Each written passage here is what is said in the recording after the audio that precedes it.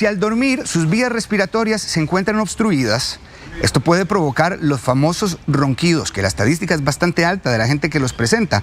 Cuando son severos, los ronquidos pueden provocar desde irritabilidad hasta un cansancio diurno. ¿Cuáles otras complicaciones pueden presentar o puede traer esta condición? La otorrinolaringóloga Alexa Rodríguez está con nosotros para ampliarnos y usted puede hacernos sus consultas también al Facebook o a través de un video al WhatsApp 6087-7777. Bienvenida, doctora. Muchas gracias por la invitación. No, gracias a usted. ¿Qué tema tan común el de los ronquidos? Eso es un súper tema, o sea, eso es del diario, porque es que no es solo el hecho de roncar, es lo que implica socialmente. Vieres en estas fechas, o sea, todos van a tener el primo, el hermano, el abuelo, el vecino, de que no quieren invitar al paseo de fin de año porque ronca y no deja dormir a los demás, ¿verdad? Entonces, realmente se convierte hasta en un problema social. Mencionaba que las vías respiratorias se obstruyen, pero quisiera que usted nos explique por qué se obstruyen. Sí, bueno, hay varios mecanismos por los cuales se pueden obstruir las vías respiratorias. Si empezamos desde la nariz, que es la parte más alta, entonces podemos tener una desviación del tabique, podemos tener los cornetes grandes. Hacia la parte del fondo de la nariz están las adenoides, puede haber un crecimiento de las adenoides. Hacia la parte de abajo, hacia el paladar, podemos tener o las amígdalas muy grandes o bien, algo que es muy común en los varones es la flacidez del paladar y la falta de tensión o la úvula, que se conoce como la campanita, muy grande. Estos son de los factores más importantes. Y cuando uno habla de ronquidos, ¿está hablando en mayor proporción los presentan los hombres o las mujeres o por igual? Bueno, generalmente se habla de que 7 de cada 10 hombres puede presentar ronquidos y en caso de las mujeres 5 de cada 10. Las causas son muy parecidas, sin embargo en las mujeres puede prevalecer un poco más el aumento de peso y las desviaciones del tabique. En los hombres es más una flacidez del paladar, por eso comúnmente roncan un poco más cuando están boca arriba. Entonces, y es un factor también un poco hereditario más en los hombres que en las mujeres. Ahora, doctora, ¿cuándo es recomendable ya consultar por ronquidos? Bueno, esa es una pregunta súper importante porque es cuándo y con quién, ¿verdad? ¿Cuándo es importante? Bueno, cuando empezamos a tener irritabilidad por las mañanas, dolores de cabeza, cuando la pareja o uno mismo se da cuenta de que hay ahogos en la noche, se deja de respirar, la pareja se preocupa, al día siguiente también pueden haber mucho cansancio matutino, no duermen bien porque además tienen nicturia, se levantan constantemente al baño. Entonces son condiciones alarmantes porque hay pacientes que incluso se ahogan, o sea, se levantan porque se sienten ahogados, la frecuencia cardíaca muy fuerte, muchas palpitaciones. Entonces eso es un indicativo de que se debe inmediatamente de acudir a consulta. Ahora bien, ¿con quién? Actualmente el otorrinolaringólogo es el especialista idóneo porque nosotros podemos diagnosticar no solo haciendo estudios del sueño, sino también haciendo endoscopía, que es parte de nuestra especialidad, diagnosticar y dar tratamiento. Entonces es importante porque ya empieza a afectar. Yo te decía ahora al inicio, no solo socialmente, ¿verdad? Cuando es el típico que nadie quiere invitar, pero también a nivel ya de calidad de vida, el que pases todo el día con sueño, estés irritado, entonces son esas personas que se enojan por todo, o en el caso de las mujeres, que tienen un llanto fácil y pasan llorando, y se convierte realmente en un problema más serio de lo que uno piensa, porque es ahora motivo de chota, ¿verdad? Es que alguien ronca y se ríen y siempre hay del que molestan en la casa, claro. Pero sí es un problema de salud grave, ¿verdad? Sí. Ahora, cuando hablamos de complicaciones, ¿cuáles pueden ser, doctora? Bueno, de las principales complicaciones que tiene es, bueno, la afectación cardiopulmonar, ¿verdad? Que aumenta la presión. Entonces son pacientes que en edades tempranas van a tener aumento de la presión arterial, van a ser pacientes prediabéticos o diabéticos en edades tempranas, van a ser pacientes con un metabolismo más lento, porque donde hay apnea, que es la otra parte, ¿verdad? Que el ronquido se complica con apneas, que las apneas es ese periodo de más de 20 segundos donde la persona deja de respirar, entonces hace que se lentezca el metabolismo. Entonces, ¿qué pasa? Aumenta de peso. Entonces hay aumentos de peso, esas personas que hacen todas las dietas y no pueden bajar de peso, súper importante, porque en los pacientes con sobrepeso eso es lo que más prevalece.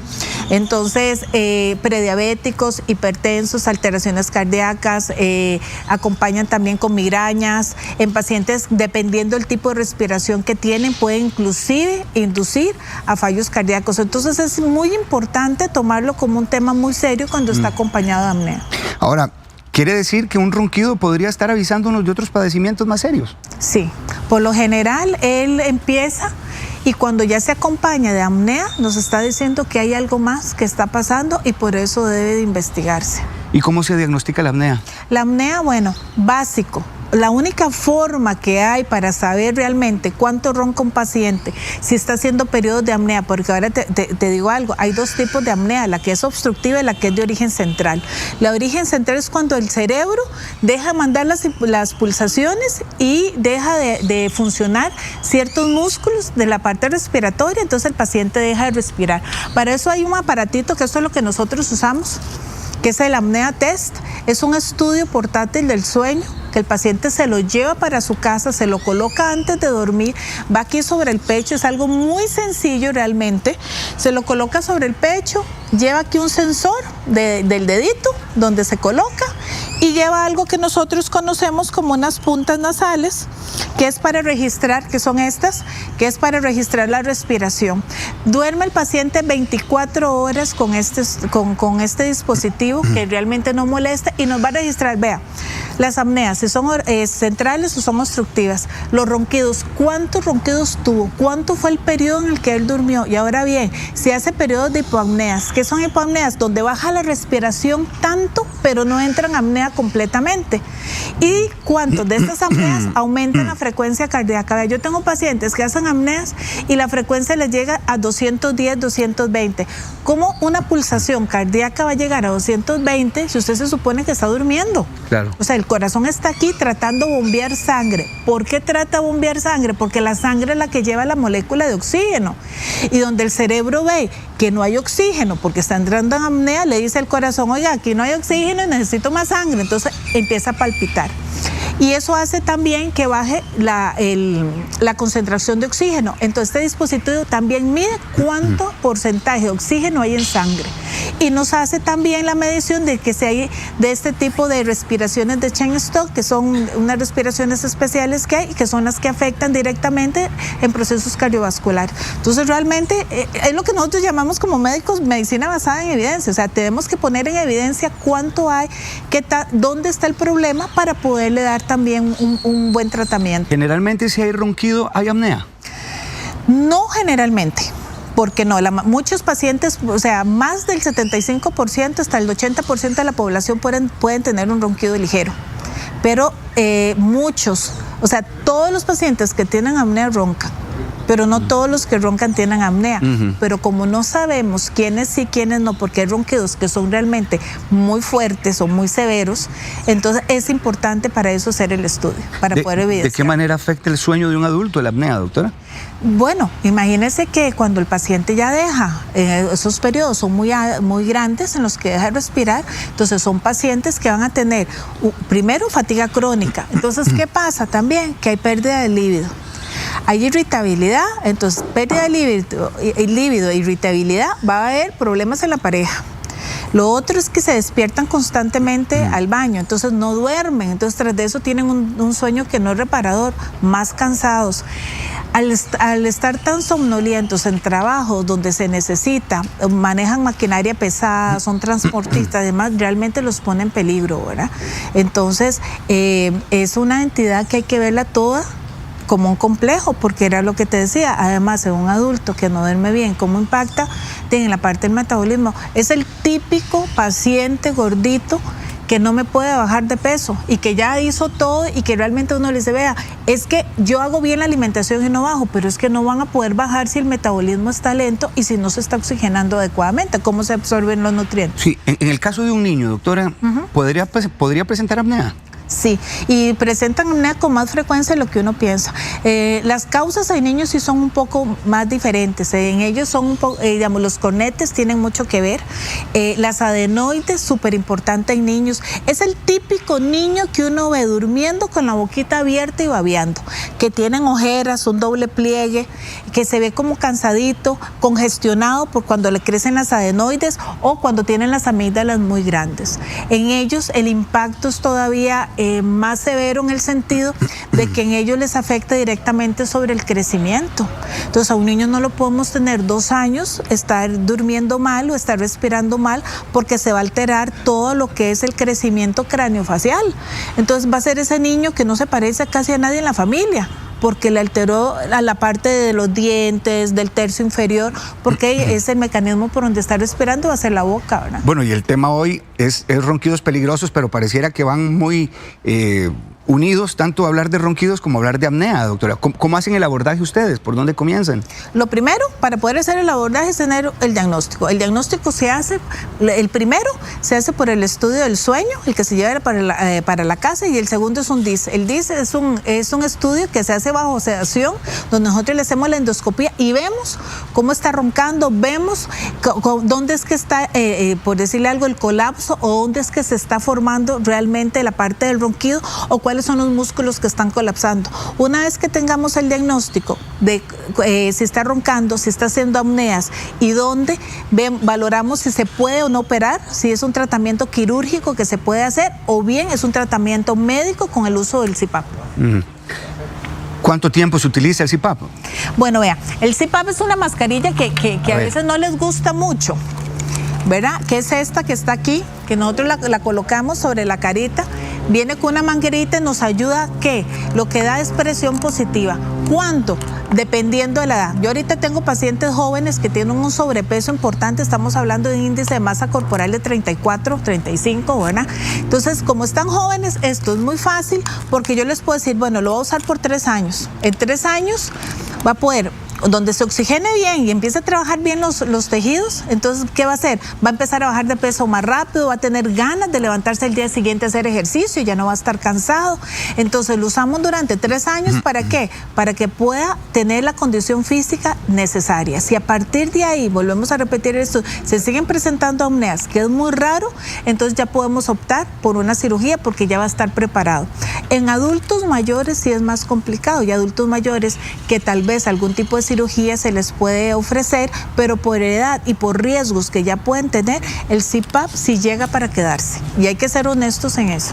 O sea, no es que lo va a usar como el paciente joven por 2 años, no. Ya un paciente que me pasa 65, 68 años, donde puede ser más el riesgo de una cirugía que el beneficio, el CPAP es lo ideal. ¿Por qué? Porque hace las 2 cosas al mismo tiempo. Quita el ronquido mágicamente. Cuando él me dice, es que doctora, la pomada canaria, es eso, quita el ronquido el día que lo utiliza, pero además inmediatamente quita los procesos de apnea. Entonces el riesgo disminuye, claro. Sí. Aquí está escribiendo una televidente, doctora, dice que tiene un bebé que el primer año no roncó, pero el segundo año ha roncado prácticamente como un adulto, que en este caso, ¿qué es lo que puede estar sucediendo y cómo lo atiende? Generalmente en ellos, 2 factores. Uno, que esté presentando una rinitis, que es menos frecuente en niños más chiquitos, entonces inflama los conetes. Y 2, que tenga grandes las adenoides o las amígdalas. Muy bien, aquí también tengo vamos a ver, aquí está. Dice Mariela Lara, yo ronco como vagoneta en bajada, dice ella. Para dormir debo hacerlo con 3 almohadas e inclinada, porque si no ronco aún más. Siempre me han dicho que es porque tengo las amígdalas bastante grandes. He consultado por este tema al médico y me dice que no hay necesidad de operación. La verdad es incómodo, lo del cansancio al despertar es terrible. ¿Qué le sugiere usted a ella, doctora? Que se valore con un otorrino, y si son las amígdalas, vea, le puedo asegurar que deje de roncar. Porque recién operé a un paciente igual que nos dejó un comentario muy bonito, es que las amígdalas obstruyen. Uno habla más de amígdalas grandes en niños porque es lo más frecuente, pero resulta ser que hay adultos que nunca se operaron, se están operando más grandes que vos sabés, y entonces se hace. Y les va realmente bien, se los digo. Si el problema es de amígdalas, les va bien. Si el problema es de paladar con amígdalas, que la campanita está muy grande y las amígdalas operándoles les va excelentemente bien. O sea, se recuperan hasta un 85%.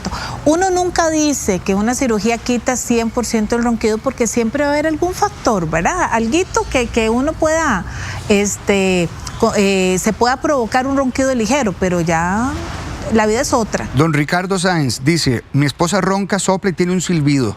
Okay. Me despierto cuando escucho que le falta aire. ¿Ella ya podría ser candidata para el CPAP?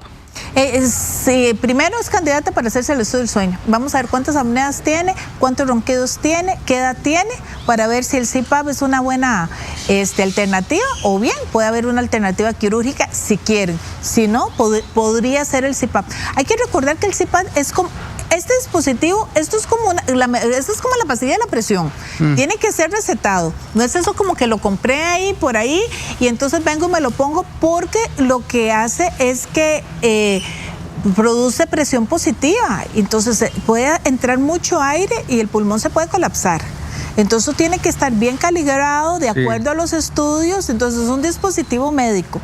Pero si ella quiere, está con la actitud, se lo quita inmediatamente y sí le puede funcionar. En el caso de un niño, ¿puede utilizarlo también, doctora? Tenemos CPAP para niños, así es.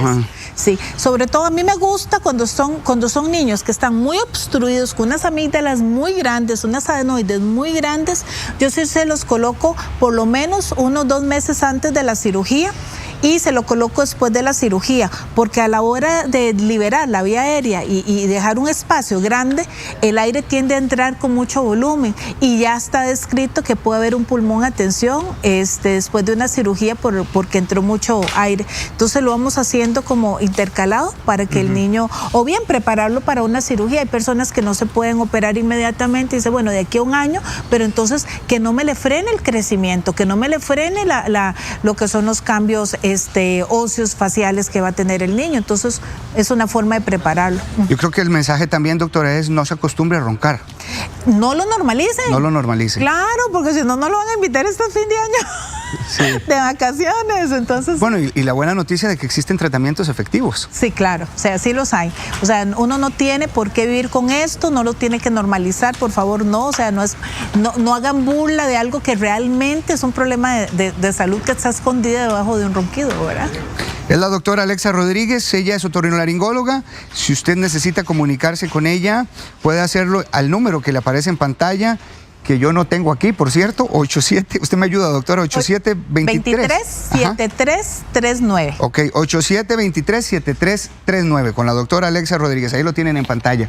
Doctora, feliz Navidad. Igualmente, felices fiestas. Gracias por su aporte todo este año. No, muchas gracias a todos, y permíteme saludar a mis hijos, Luciano, Isabel y Mariana, que me están viendo, nunca tienen la oportunidad. Muchísimas gracias al programa por todo este año maravilloso, y que el Señor les conceda un 2024 lleno de victoria y de muchas bendiciones. Igualmente a usted, doctora.